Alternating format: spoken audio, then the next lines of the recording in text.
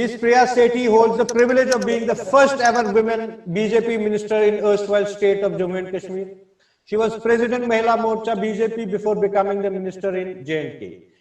Priya Sethi is amongst top 50 Indian women politicians. She finds her name in a Hindi book titled Bharatiya Rajniti Ki 50 Shikhar Mahilaएं, authored by Dr. Ashwin Shastri, which was released recently by Vice President of India, Shri Venkaiah Naidu, at Delhi. Madam, your thoughts, please. Opening statement. Yeah, thank you, Benji, and the co-panelists here. Well, I have heard Dr. Farooq Abdullah Saab, I've heard also Chirangami Saab. Very unfortunate that starting comments from Dr. Farooq Abdullah was not, right to say when taking the names of Sardar Vallabhbhai Patel and Shyama Prasad Mukherjee in coining the accession during the accession of this state with the Jammu and Kashmir. The accession of Jammu and Kashmir was done in October 1947 when Maharaja had signed the instrument of accession with the state of Jammu and Kashmir, which was the final and the complete decision, and it was irrevocable.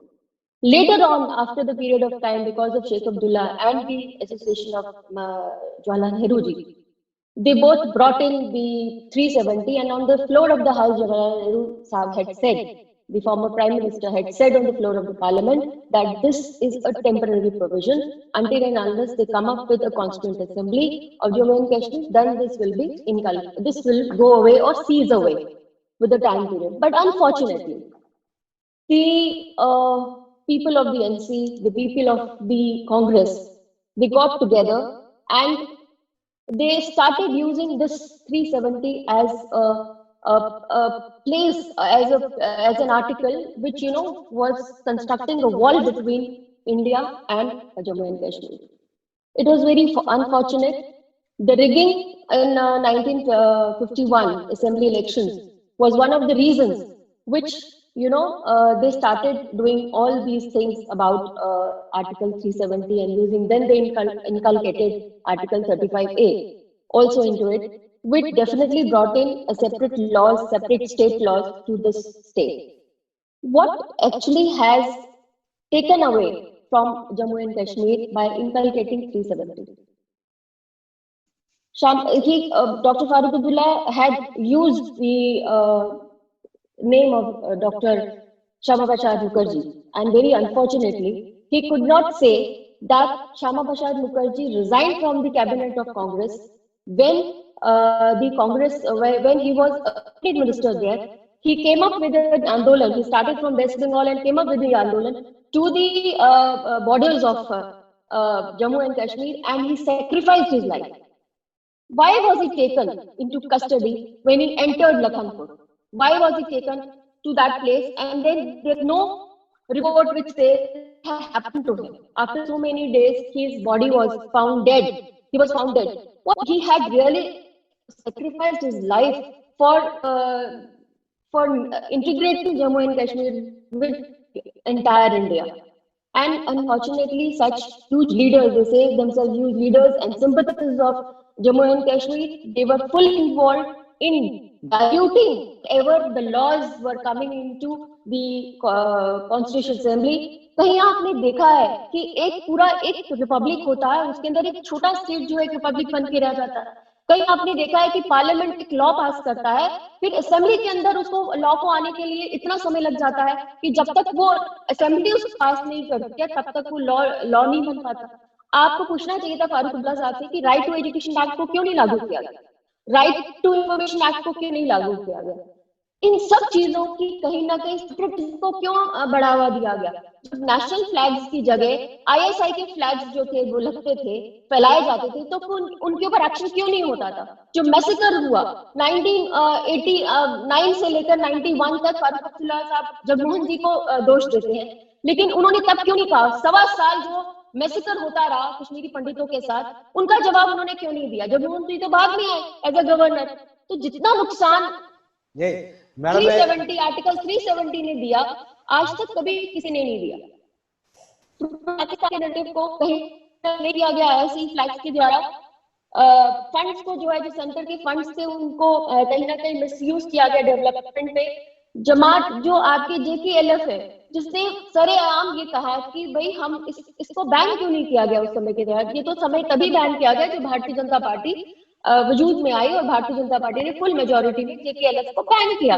तो कहीं ना कहीं delimitation को आप state assembly को freeze कर देते हो 226 का आप हुकूक जो आमशी का हुकूक है।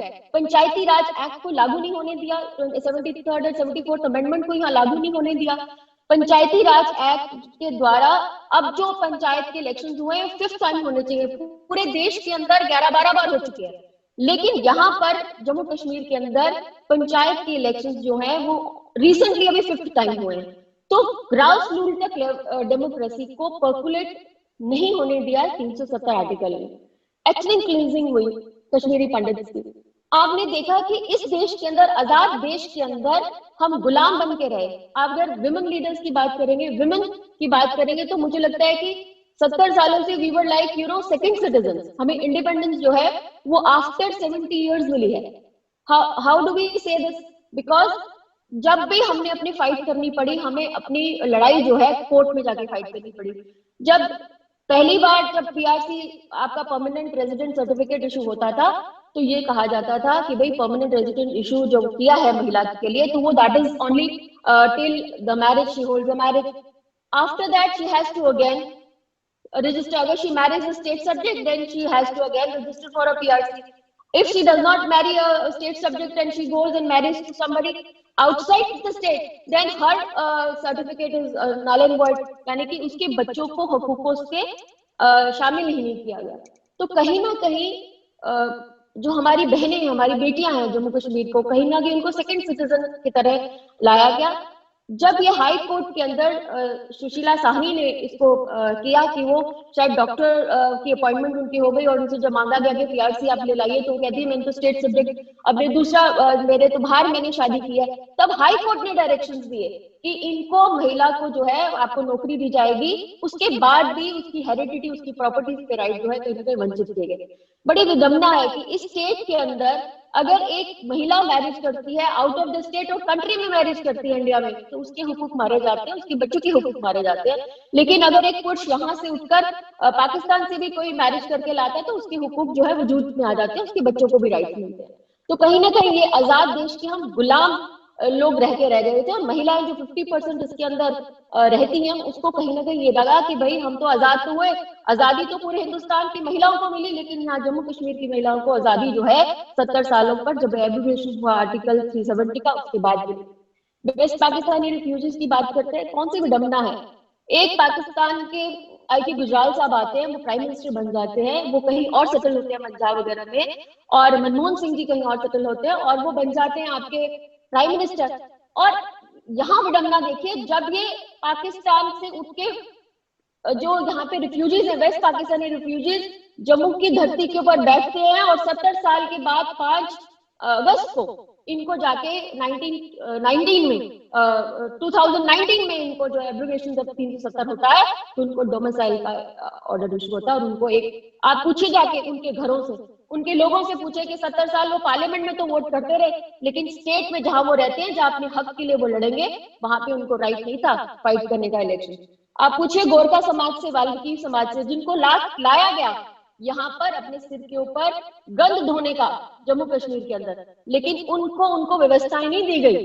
उनको उस व्यवस्था नहीं दी गई कि आप कम से कम अपने बच्चों को पढ़ा लिखा कर कोई अच्छी पोजीशंस में ले जाओ। ये व्यवस्था दी तो 370 आर्टिकल के एब्रोगेशन के बाद आपको अनरजिस्टर्ड जो पाकिस्तानी रिफ्यूजीज है उनके लिए किया गया, चिल्ड्रन है जिनके स्टेट सब्जेक्ट्स है बाहर, उनको भी किया गया, अनरजिस्टर्ड कश्मीरी पंडित्स है जिनको अब जो है वजूद के अंदर जो है इन लोगों को अब हक मिलेगा, हकूक मिलेगा।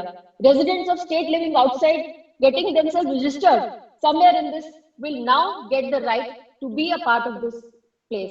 कितनी बड़ी विडंबना है कि डिसीजन 5 अगस्त जो 2019 का डिसीजन था, वो सबसे बड़ा डिसीजन था।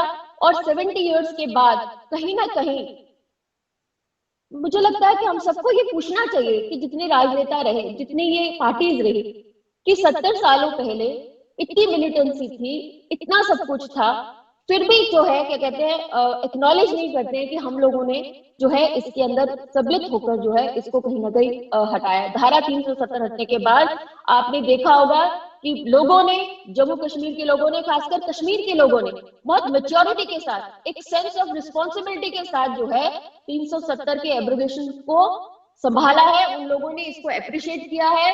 आप वहां के यूटी में जाके देखिए, लद्दाख के यूटी में जाके देखिए कि वहां पर क्या हुआ है। एक स्टेटहुड से जब आपको यूनियन टेरिटरी मिला गया तो कहीं ना कहीं ये दिमाग में दिल्ली की गवर्नमेंट को था कि हमें पाकिस्तान जैसे एक ऐसे जो हमारा देश रहा है जिसके अंदर जो बॉर्डर्स है, जो हमारा देश उसको साथ करता है और वो अनफ्रेंडली आपका नेबर है, उस अनफ्रेंडली नेबर के साथ अगर टक्कर लेनी है तो दिल्ली को कहीं ना कहीं अपने आप को बीच में लाना पड़ेगा। ये एक मैसेज जम्मू कश्मीर के लोगों के लिए नहीं था, उनके लिए तो कहीं ना कहीं सेफ गार्ड कर रहा था, लेकिन पाकिस्तान ऊपर बैठे हुए लोग थे जिनको ये बताया गया कि भाई अब दिल्ली पूरा तरह से इंटरफेयर करते हुए यहाँ की जो मिलिटेंसी है उसको कहीं ना कहीं खत्म करेगा, उसको न्यूट्रलाइज करेगा। आप देखिए कितने इस साल के अंदर कितने सारे कमांडर्स जो है वो न्यूट्रलाइज हुए हैं। हिजबुल मुजाहिदीन के कितने लोगों को उन्होंने न्यूट्रलाइज किया है। कितने आपने एक साल के अंदर आप एक भी इंसिडेंट बता दीजिए जहां पे स्टोन पेल्टिंग हुई हो, आर्म फोर्सेस के खिलाफ स्टोन पेल्टिंग हुई हो, आम शहरियों के, मतलब बड़ी विडंबना है कि मैं खुद एक एजुकेशन मंत्री रह चुकी हूँ, लेकिन जब मैं जम्मू कश्मीर के स्कूलों के अंदर दौरा करती थी तो एक भी प्राइम मिनिस्टर की फोटो नहीं होती थी, एक भी प्रेसिडेंट ऑफ इंडिया की फोटो नहीं होती थी। कहीं पे भी रिस्पेक्ट टू द नेशन नहीं होता था, कहीं भी respect to the arm sharing. आप बच्चे को जैसा सिखाओगे बच्चा वैसा करेगा। 70 सालों से रेडिकलिज्म, फेडरलिज्म, ये फंडामेंटलिज्म और इस्लामिककरण की राजनीति होती रही, उसके अलावा कुछ नहीं था। 370 ने कुछ नहीं दिया, 370 ने हमसे छीना, हमसे हमारे राइट्स को छीना, और अब आम शहरी, आम कश्मीरी, आम लद्दाखी, आम जम्मू का व्यक्ति जो है इसके हटने से निहायत ही खुश है और ये उम्मीद करता है। एक साल मुझे लगता है कि बहुत कम होता है, 1 ईयर, उसके अंदर भी 6 मंथ जो है आपकी कोविड में निकल गए। तेलंगाना साहब ने कहा कि एडमिनिस्ट्रेशन जो है किस तरह से हम लोगों को मिलकर कोविड जैसे एक महामारी से अपने आप को बचाना चाहिए। प्रधानमंत्री जी बहुत बड़ी कोशिश कर चुके हैं। जो 1.5 महीने का लॉकडाउन था उसके अंदर प्रधानमंत्री जी ने जिस तरह से इसको कोविड की सिचुएशन को हैंडल किया है, मुझे लगता है कहीं ना कहीं we actually got prepared to, कहीं भी इसकी वैक्सीन अभी बनी नहीं है तो हम लोगों ने अपने आप को प्रिपेयर किया। We prepared ourselves, our administration prepared ourselves. Hospitals build हो गए, आपके टेस्टिंग लैब्स आ गई, आपकी टेस्टिंग की कैपेसिटी बढ़ गई, आपकी पीपीई किट्स आ गई।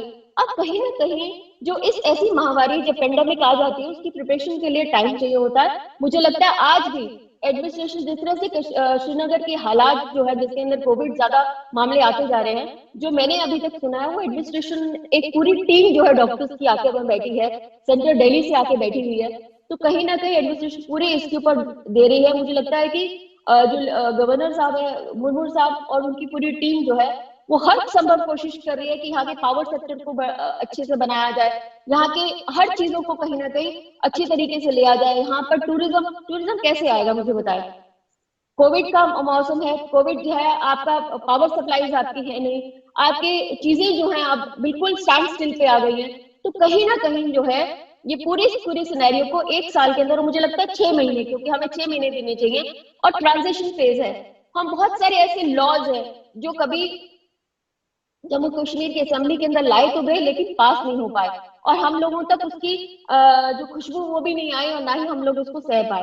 तो ये चीजें जो है आप देखिए डेमोक्रेटिक चेंज के लिए कितना जबरदस्त कदम उठा रहे हैं एमपी साहब ने। 1 हेक्टर कैनाल जो फॉरेस्ट लैंड जो करना है उसको रिट्रीव करना है, तो कहीं ना कहीं सारी की सारी चीजें जो है फूड एडमिनिस्ट्रेशन को आपको समय देना पड़ेगा, जम्मू कश्मीर को सरकार को समय देना पड़ेगा ताकि वो एक दोबारा से 370 का जो खुशबू है, इसकी जो एब्रोगेशन है, इसके एब्रोगेशन के बाद जितनी इसकी खुशबू आई है उसको, ट्रांजिशन फेज में हमारा स्टेट चल रहा है हमें, और उसके बाद कोविड की मार है, तो कहीं ना कहीं हम आने वाले समय के अंदर इस चीज को कहीं ना कहीं अपने साथ लेंगे और कहीं ना कहीं जो है और जो डेवलपमेंट के रास्ते खुलेंगे, हर चीज के जो है रास्ता जो है इस 370 के हटने के बाद खुलेगा। मैं कल भी उनके वक्तव्य को सुन रही थी, उन्होंने कहा अभी तक तो बहुत सारी कंपनीज आकर यहाँ पर अपना लगा भी जाती, हम चाहते हैं कि सिर्फ गवर्नमेंट के ही जो आपके वो हैं जो गवर्नमेंट की ही जॉब्स के ऊपर ना रहे, प्राइवेट जॉब्स भी मिले लोगों को और इकोनॉमी को कहीं ना कहीं बेनिफिट मिले।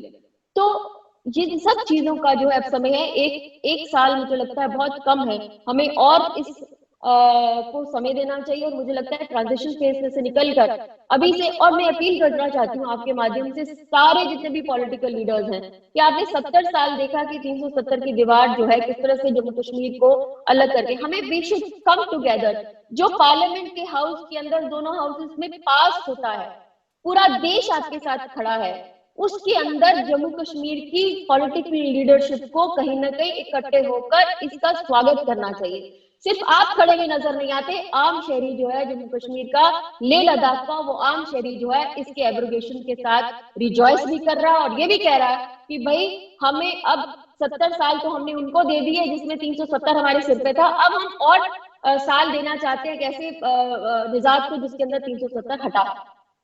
धन्यवाद, बहुत बहुत शुक्रिया। Do you think mainstream political setup in Kashmir was solely responsible for turmoil of J&K? This perception is also carried by New Delhi. What about bureaucracy? Don't you think bureaucracy is equally or more responsible for the current situation in Jammu and Kashmir?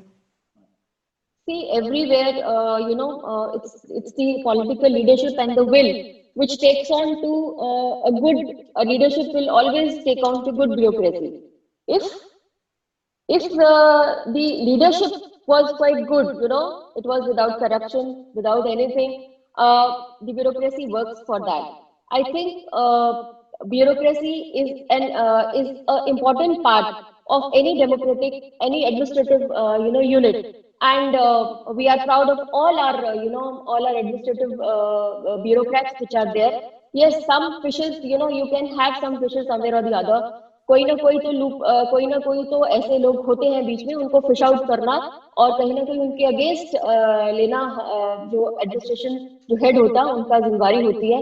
मुझे लगता है कि कवायद शुरू हो जानी चाहिए, कहाँ पे क्या क्या लूप होसेस हुए, क्या लूप्स रही हैं, क्या रहा है ब्यूरोक्रेटिक सेटअप के अंदर, क्या रहा है। आप बताइए एक अब मैं फिर दोबारा पुराने इसमें जाऊंगी, सेटअप में जाऊंगी कि 370 के सेटअप में कि एक आम जो व्यक्ति है, जो एक चीफ इंजीनियर है, वो किस तरह से बैकडोर एंट्री से जो है वो चीफ सेक्रेटरी की पोजीशन पे एक कमिश्नर सेक्रेटरी की पोजीशन पे पहुंचता है। तो कहीं ना कहीं जहां पर आपकी लीडर्स की विल होगी, जहां पर आपके लीडर्स की कहीं ना कहीं विल होगी, तो ब्यूरोक्रेट अपने आप अपने साथ चलना शुरू हो जाएगा आपके साथ। जब आप निष्पाप भाव से आप लोगों की सेवा करने के लिए उतरोगे नीचे, तो मुझे लगता है कि ब्यूरोक्रेटिक एक स्तंभ है हमारी डेमोक्रेसी का, हमारी एडमिनिस्ट्रेशन का, वो भी आपका शान बशान आपका साथ देता है। हमारे पिछले गवर्नर साहब का काफी इल्जाम उन्होंने लगाए पॉलिटिकल फैमिलीज पे और साथ ही ब्यूरोक्रेसी पे भी लगाए, बट ड्यूरिंग इस पीरियड भी हमने कोई एक्शन नहीं देखी, कुछ दिखने को नहीं मिला action against corruption. One of the plans of removal, जो आर्टिकल 370 को हटा गया, उसका एक रीजन ये भी दिया गया था कि रैम्पेंट करप्शन है, बट कुछ दिख नहीं रहा है। देखिए, वो अकाउंटेबिलिटी कमीशन को फंक्शन ही नहीं करने दिया गया इतने सालों से जम्मू कश्मीर की धरती के ऊपर, कहीं ना कहीं उसको पिंजरे में कैद करके रखा गया, आपने देखा ही है। लेकिन अब अकाउंटेबिलिटी कमीशन फुल फ्लेज जो है वो अपनी शेप लेगा और जिस तरह से केसेस आते जाएंगे, मुझे पूरी उम्मीद है कि जो ब्लैक फिशेस हैं, जो आपके ब्लैक शीप्स हैं जो बैठी हुई हैं, उनके ऊपर जरूर एक्शन होगा। आपने देखा पिछले दिनों जम्मू की ही मोहनाया के आगे पीछे जितना भी एरिया था, 47 एकर्स ऑफ लैंड जो कहीं किसी और उसमें चली गई थी, रिट्रीव हुई है, वापस हुई है। और शुरुआत में ही जो आपके मुर्मू साहब है, उन्होंने ये कहा कि हम जो हमारी फॉरेस्ट लैंड है, जो 1 हेक्टर आपकी लैंड है, लाख हेक्टर लैंड है, उसको हम रिट्रीव करने की पूरी कोशिश करेंगे। उसमें एडमिनिस्ट्रेशन का नीचे का बहुत बड़ा रोल होता है। पुरानी चीजें हैं 70 सालों की, इतनी जल्दी जाती नहीं है, धीरे धीरे जिस तरह से नई वो आती जाएंगी नीचे से, आपका मुझे लगता है और एक रिस्पाइट होना शुरू हो जाएगा आम लोगों को। बहुत बहुत धन्यवाद madam. Thank you so much.